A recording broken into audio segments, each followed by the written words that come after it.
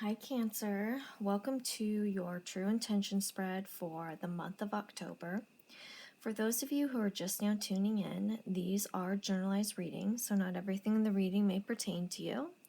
I am available to answer any questions as well as to do private readings and can be reached at mantraflowtarot@gmail.com.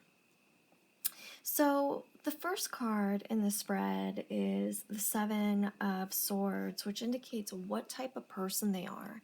And this indicates that there's a lot more to this situation than meets the eye, that you don't have all of the layers,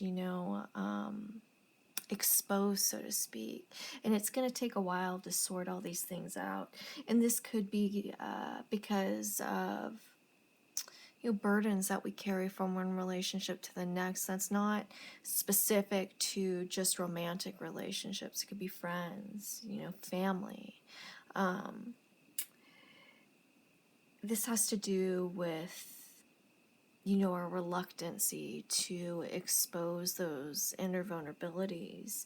And I think that, in regards to relationships and dating, exposing those inner vulnerabilities are really scary. And, for some of us, we just don't show those layers very easily. And I think that that's where this person is coming from. Now, the next card is the Two of Wands, which indicates, how they will impact your life. And I think that this person is going to give you pause, so to speak, and contemplate, the direction that you're carrying yourself, your life, and, a willingness to put things together, maybe see things in a different light and move forward. This is a new starting point for you, a fresh beginning, and you're putting the pieces together and figuring out, which way to go, how to make things work. Now, the next card is the Justice card, which touches on their intention. And, one of the things that, is difficult when you are dealing with somebody who associates with the Justice card is that, this person is very logic-based. They don't like making decisions based on their emotions, their heart. They feel that doing so makes them weak, whereas when they make decisions that are well thought out, from their logic side, they're making a well-rounded decision, and that's how they like to move forward in life.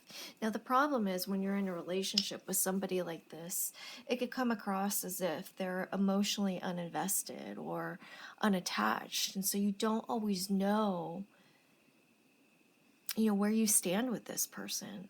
But just because they're keeping things inside doesn't mean that they don't care about you. They're just trying to figure out the situation, trying to understand it, develop a thorough understanding of what's at play here. And I think that, just as much as you're afraid and feeling vulnerable, they are too. In fact, even probably more so.